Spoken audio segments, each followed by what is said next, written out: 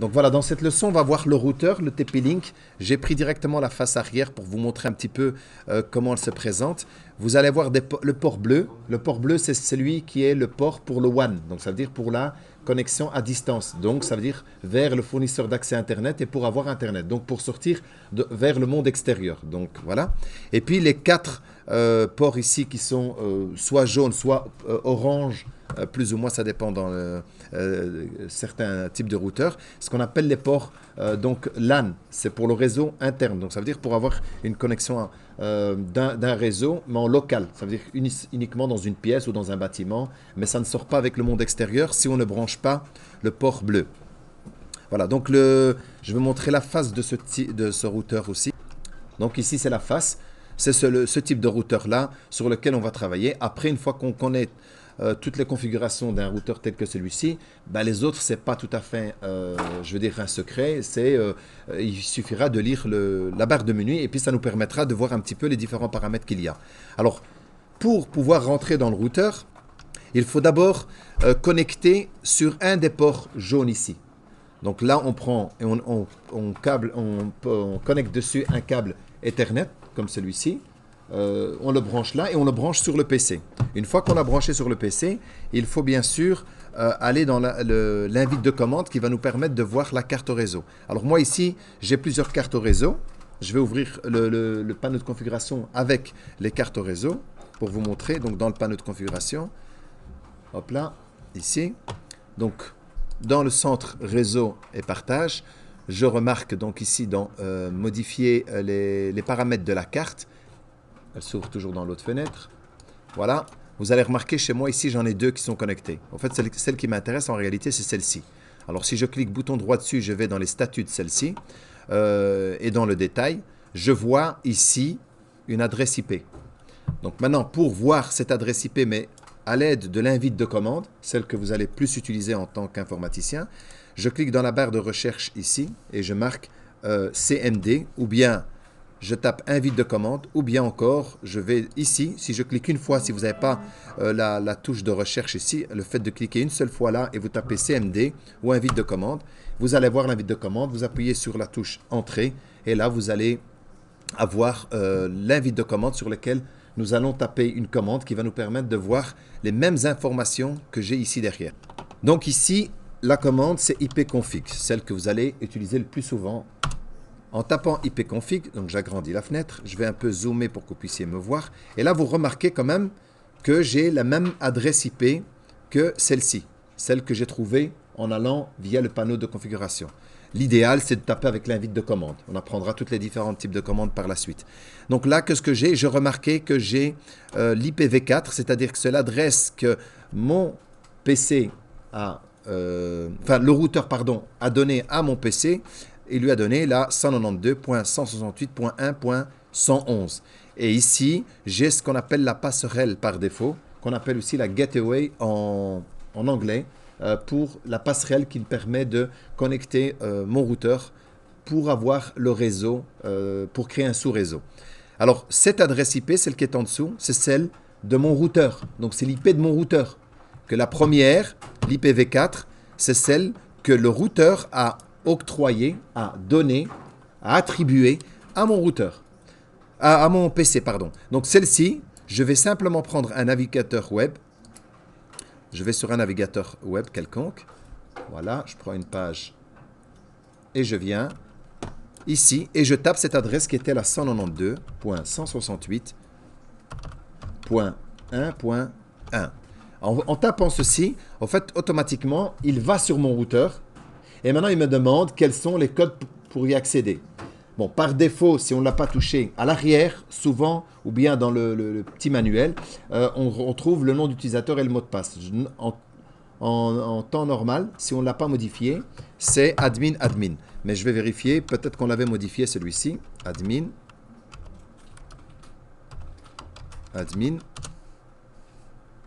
Il n'a pas été modifié, donc on a de la chance pour ici. Voilà. Donc ici maintenant, je suis dans le routeur à l'aide du navigateur. Hein, vous avez remarqué, c'est l'adresse qui est ici. Et là maintenant, ça me permettra de pouvoir aller détailler un petit peu tout le contenu du routeur.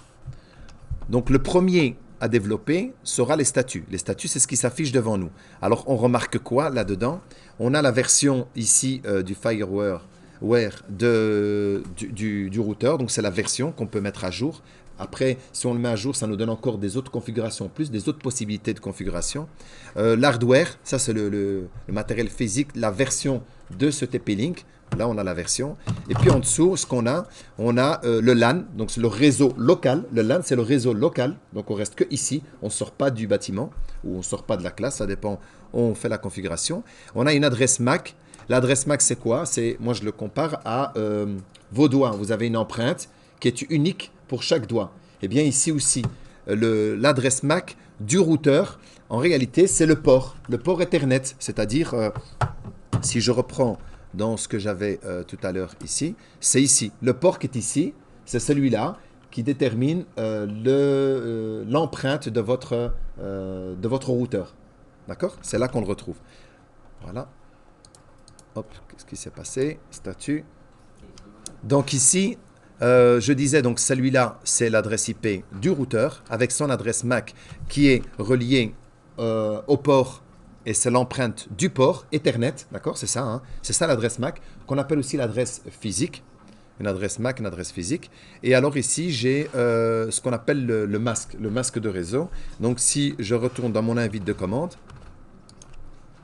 voilà, ici, j'ai le masque de réseau. Ça, c'est le type de classe. On verra ça par la suite. Ça, c'est une classe C. C'est-à-dire que comme j'ai 255, 255, 255, elles sont bloquées. Mon réseau est bloqué jusqu'au dernier 255. Ça veut dire que le 192.168.1 ne bougera pas, restera toujours le même.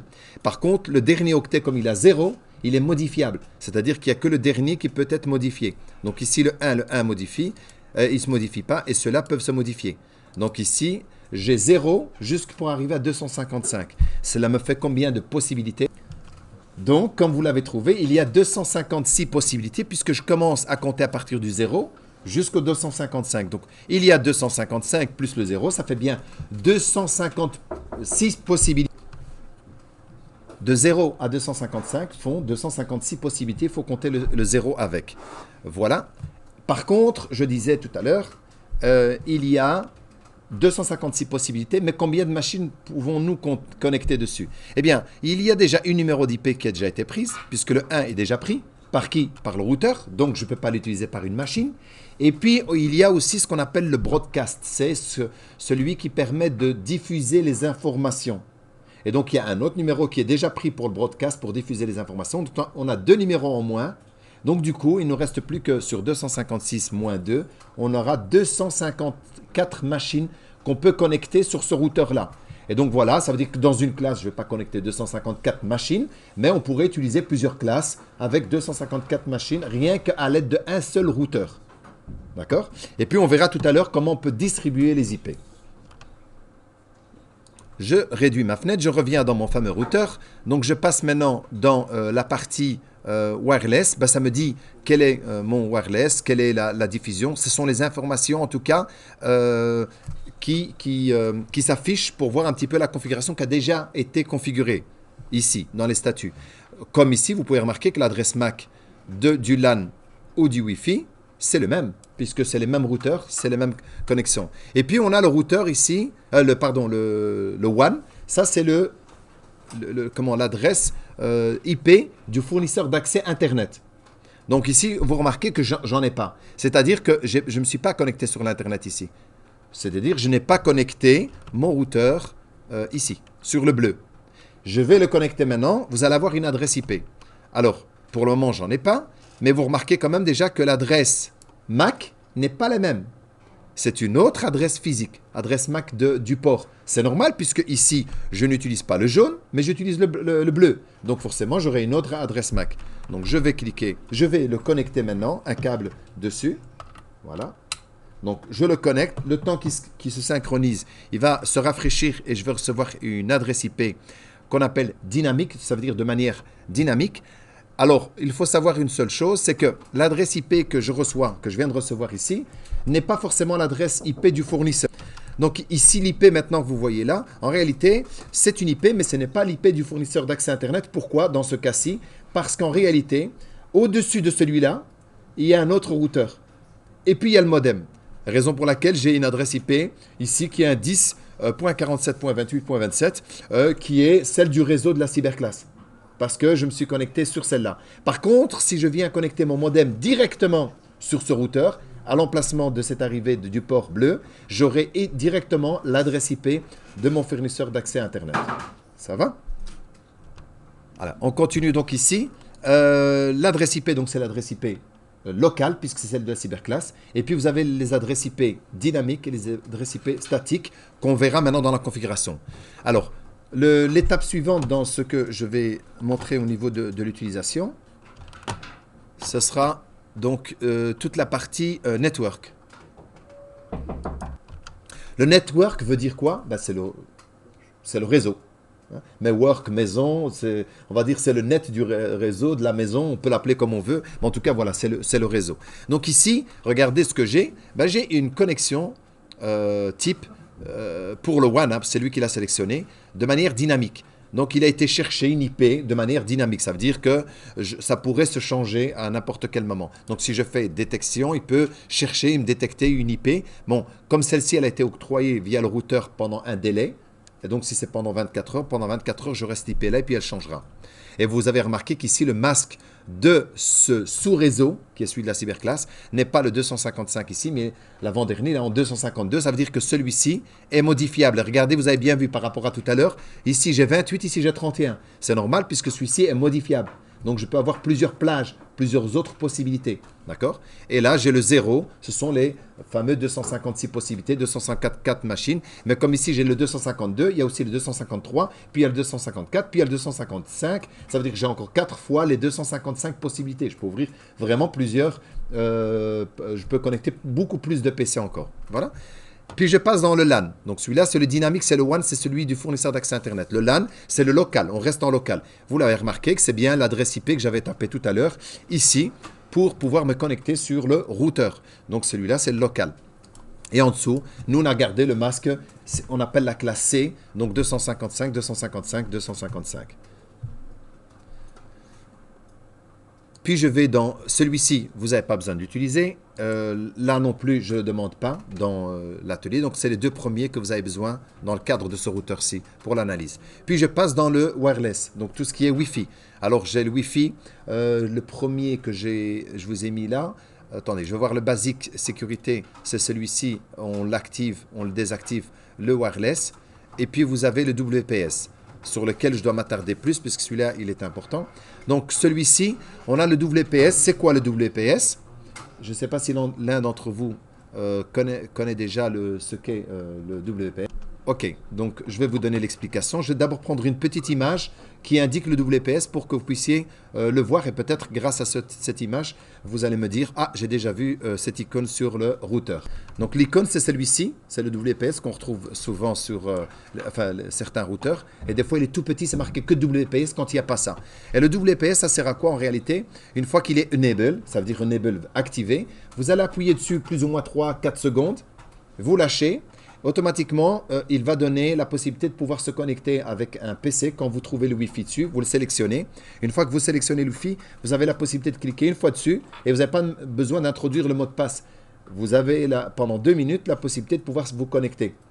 Mais il y aura une seule connexion. Quand il faudra faire une deuxième connexion, il faudra appuyer sur le WPS, les plus ou moins 3-4 secondes, et après, une autre machine peut se reconnecter. Ce n'est pas le fait d'appuyer dessus et puis pendant 2 minutes, tous les PC peuvent se connecter. Non, c'est pas ça. C'est vraiment une machine à la fois. C'est le fait d'éviter de taper le mot de passe, etc. Après, en dessous, on a aussi un code PIN ici qu'on peut générer, mettre à nouveau par exemple. Et ce code sert à quoi? Imaginons qu'aujourd'hui, je fais une petite formation. Vous êtes une vingtaine ici et je vais vous donner le code Wi-Fi. Je l'affiche, ce numéro-là. Vous l'utilisez maintenant. Je travaille avec. Vous travaillez. La formation, elle est finie. Eh bien, qu'est-ce que je fais? Vous partez, je génère un autre code, et c'est-à-dire que tous vos Wi-Fi ne fonctionneront plus. Même si vous revenez avec vos machines ou votre téléphone, c'est fini, on est en tout cas rayé de la liste. Ça va? Voilà. Ça, c'est quelque chose qui nous permet de faciliter la tâche. Voilà. Donc, c'est pratique quand même pour pouvoir donner un code rapidement. Vous l'affichez, voilà. Ils ont tous fini, vous êtes tous bien connectés. Je le retire, je travaille. La formation est terminée, eh bien je réinitialise, je change le code comme ça. le réseau ne sera pas saturé si jamais d'autres personnes reviennent dans le même réseau. Ok, donc ici, bah, c'est disable, ça c'est pour le désactiver, si on veut le désactiver celui-là ou pas, par rapport au PIN. Donc ici, moi je le laisse dans notre cas.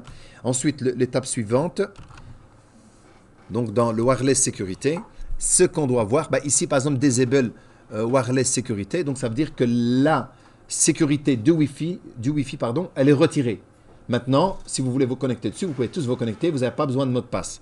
Puis après, j'ai la sécurité, le WPA ou le WPA 2. L'ancienne version, c'était celui-ci. Et maintenant, c'est celui-ci qui est utilisé. Et là, c'est la manière de le crypter. Soit je le fais de manière automatique, c'est le cryptage. Et le mot de passe qui est ici, par rapport à ce type de choix qui est plus recommandé pour pouvoir se connecter, là, je peux mettre aussi bien des lettres, des chiffres. Donc, je peux mettre des lettres, minuscules, majuscules, et je peux mettre des chiffres, je peux mettre des arrobases, je peux mettre ce que je veux pour le Wi-Fi. Donc, ça veut dire que ça me permet d'utiliser tous les caractères possibles pour pouvoir sécuriser mon Wi-Fi pour qu'il soit le plus sécurisé possible.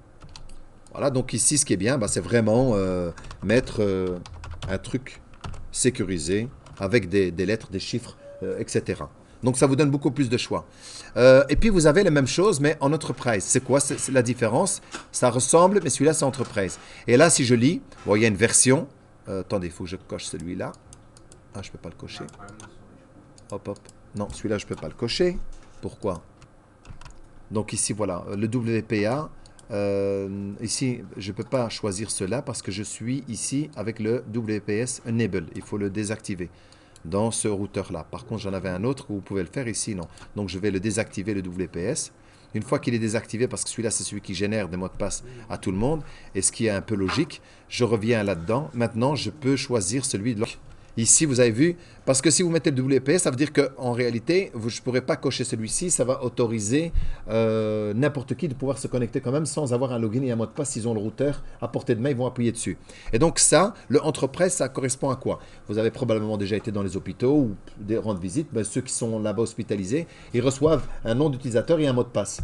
Eh bien ça, c'est ça. C'est-à-dire que c'est un serveur qui génère dans lequel il y a les créations de comptes, nom d'utilisateur et mot de passe, et on les distribue, on le donne aux personnes, que ce soit dans un hôpital ou ailleurs. Mais en tout cas, ils se connectent avec une session. Et quand ils se connectent à une session, ben on sait qui s'est connecté, quand il s'est connecté, où il a surfé, qu'est-ce qu'il a fait. Donc c'est beaucoup plus sécurisé aussi celui-là. Et donc ça aurait pu être un truc qu'on pourrait mettre à l'école et dire, voilà, vous pouvez vous connecter uniquement avec vos adresses que vous avez, adresse mail qu'on vous a donné avec les mots de passe que vous utilisez même pour la plateforme Teams, etc. D'accord? Donc c'est dans ce cas-là, aussi bien pour les profs, etc. Et puis le dernier, le WPE, c'est l'ancien système qui permettait de crypter, c'est même un des premiers qui permettait de pouvoir générer ici des codes en hexadécimal. C'est quoi l'hexadécimal? On utilise les décimales de 0 à 9, plus, quand on parle de l'hexadécimal, l'hexa, c'est les lettres de A à F. A, B, C, D, E, F. On ne peut utiliser que ça. Après le F, on ne peut pas. Donc, je peux mettre tous les chiffres que je veux et toutes les lettres que je veux de A à F.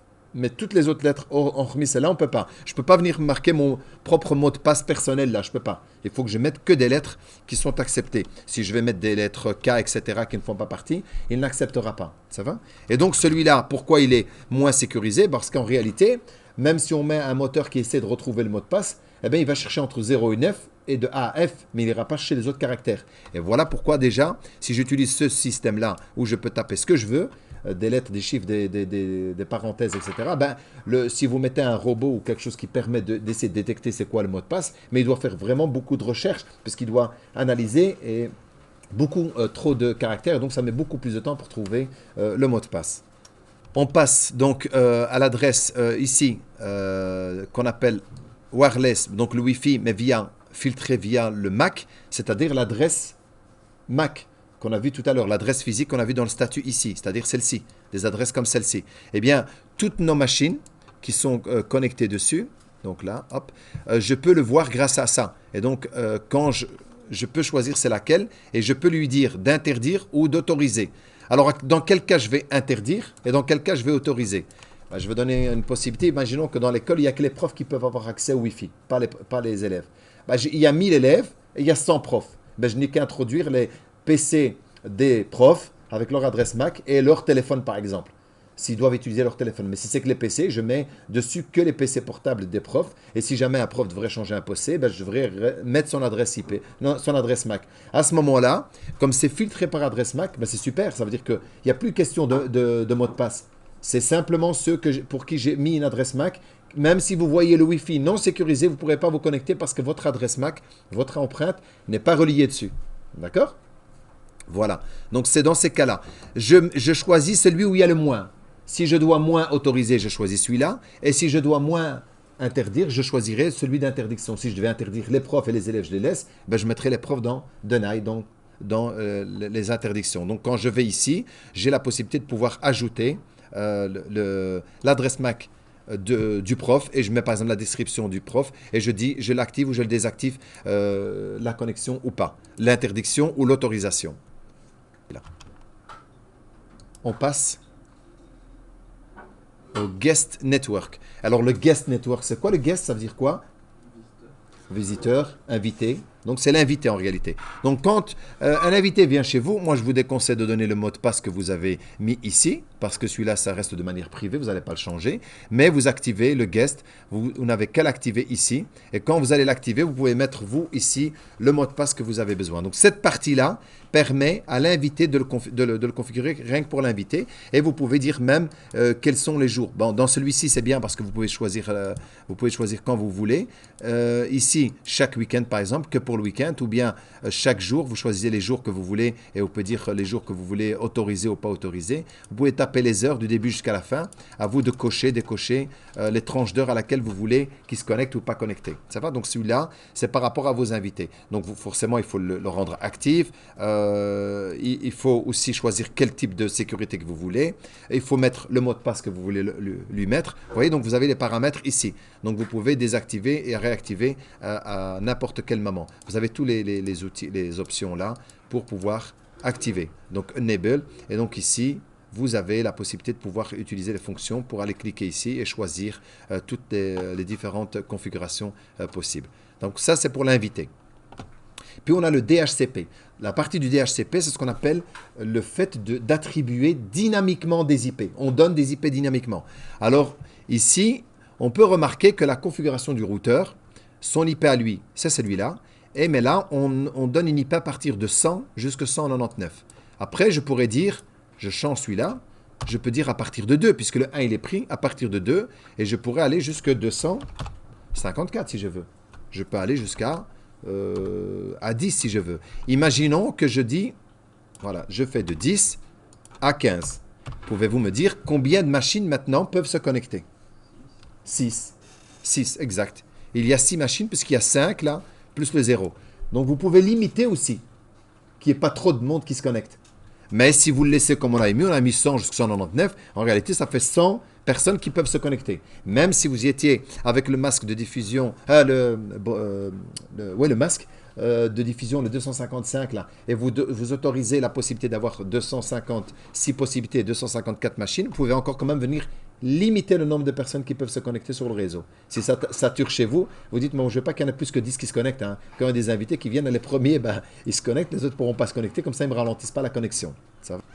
Et alors ici en dessous, c'est marqué, en minutes, le temps que l'IP qui est attribué de manière dynamique, pendant combien de temps? Ici, regardez, c'était 120 minutes. Je peux aller jusqu'à 2880 minutes donc, pour autoriser l'IP qui a été attribuée. Comme dans mon cas ici, j'ai reçu... attendez, elle est où? J'avais reçu la 111. Je la reçois pendant 120 minutes. D'accord? Après, je continue dans le DHCP list. Ici, c'est quoi? La 111. Ça fait 1 heure, 15 minutes et 28 secondes. D'accord? Je rafraîchis. 16, voilà. D'accord? Donc, c'est ici que vous avez le délai et l'adresse MAC de mon ordinateur. Maintenant, vous savez, mon ordinateur, il est là. Si quelqu'un devait se connecter sur le Wi-Fi maintenant sur celui-là, je vais peut-être désactiver le Wi-Fi si vous voulez. Eh bien, je verrai votre adresse MAC ici. Et là, c'est bien marqué PC admin prof du local C020. Voilà. Donc, si vous vous êtes connecté, voilà. Tous ceux qui viennent se connecter maintenant, voilà. Vous voyez? Donc celui-là, lui reste 1h13, celui-là 1h59, 1h59, donc pour les 2 heures. Là, comme je n'avais pas laissé le code, vous êtes directement connecté. Donc si je vais dans le wireless, ici dans le Wi-Fi, ici en réalité, je peux taper le nom du Wi-Fi. Le nom du Wi-Fi. Vous mettez le nom du Wi-Fi là, vous pouvez le changer à tout moment et vous lui donnez le nom du Wi-Fi. Là, on avait mis, pour une prof, lui avait donné le Wi-Fi. Voilà, vous tapez ici le nom du Wi-Fi que vous voulez. Vous pouvez marquer, je ne sais pas moi, c'est le labo, c'est le truc du labo. Et puis vous devez valider bien sûr. Et ça s'appelle le SSID. C'est le nom qu'on lui attribue au Wi-Fi, pardon. Et ben, si je clique là, forcément, là, ce qui se passe, ben, je le désactive, au fait, je le désactive. Hein. Donc là, je le laisse de manière activée. Donc DHCP, le list, on l'a vu.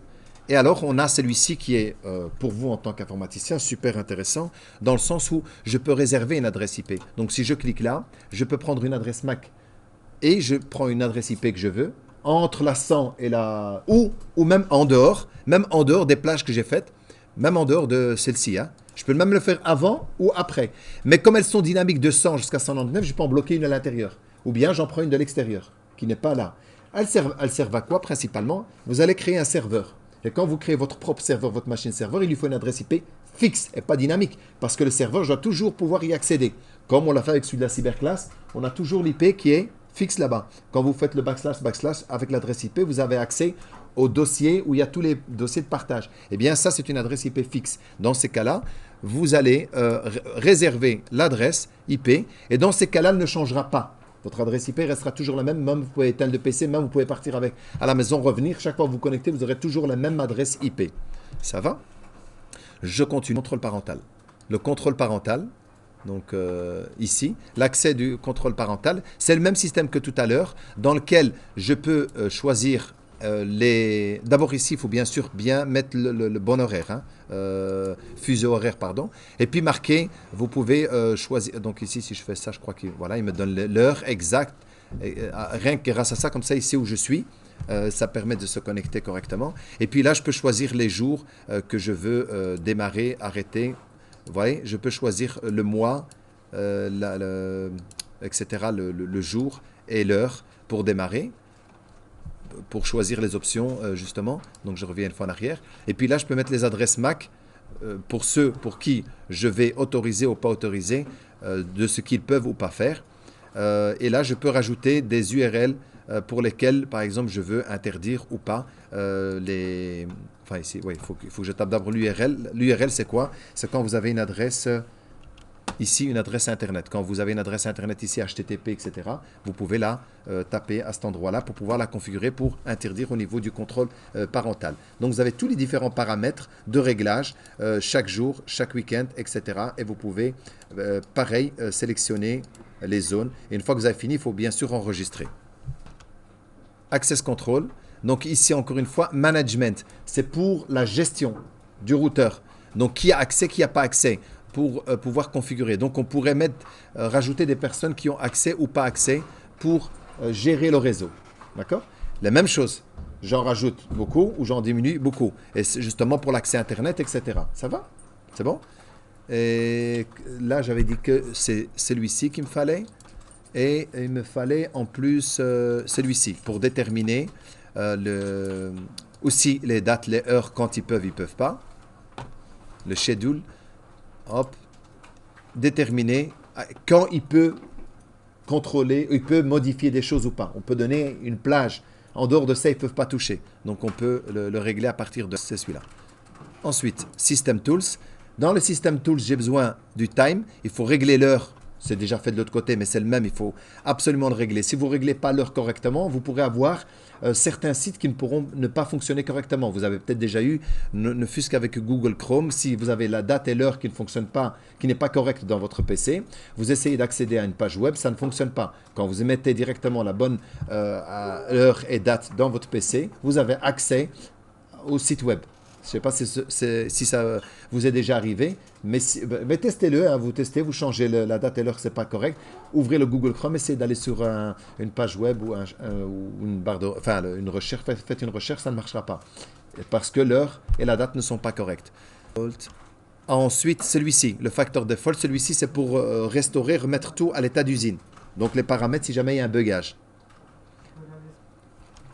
et je passe au backup restore. Le backup restore ici, celui-là, toute la configuration qu'on a fait, je peux l'enregistrer à partir de là et le mettre là et je l'appelle config, par exemple, du 16 du 9 2022, par exemple. Je l'enregistre, le fichier il est là et je peux aller le rechoisir si par exemple quelque chose a bougé dans le téléchargement. Je vais chercher ma config, je fais ouvrir et je peux le restaurer. Donc, quand vous faites toute une configuration, ce que je vous conseille, quand vous avez terminé, vous enregistrez ce que vous avez fait comme configuration et ensuite, vous allez le rechercher si jamais il y a un plantage ou vous voulez réinitialiser le routeur. Tout ce que vous avez mis revient à sa place. Voilà, et je termine, il me reste 2 points. Donc, j'ai le password, c'est après, le reboot. Le reboot, c'est simplement pour redémarrer le routeur des fois, quand il veut pas, il y a un dysfonctionnement, bien de nouvelles configurations que vous avez faites. Et le password, ça... Là, tout à l'heure, j'ai mis admin pour me connecter. Ici, par exemple, je pourrais mettre Kawas. Ah non, il faut d'abord, pardon, je mets l'ancien utilisateur. Donc, c'était admin. Et l'ancien mot de passe, c'était admin. Admin. Et là, je mets un nouveau. Et je mets mon nouveau mot de passe. Voilà. Et je valide, j'enregistre. Donc, du coup, maintenant, il me demande de me reconnecter. Je vais taper le nouveau que j'ai mis. On va vérifier. Et là, je suis rentré dans le routeur. Donc, je vais aller le remettre comme il était par défaut. Donc, dans Système, Password. Donc, maintenant, j'avais tapé le mot de passe là. Je retire celui-là et je remets admin. Et je mets le mot de passe admin.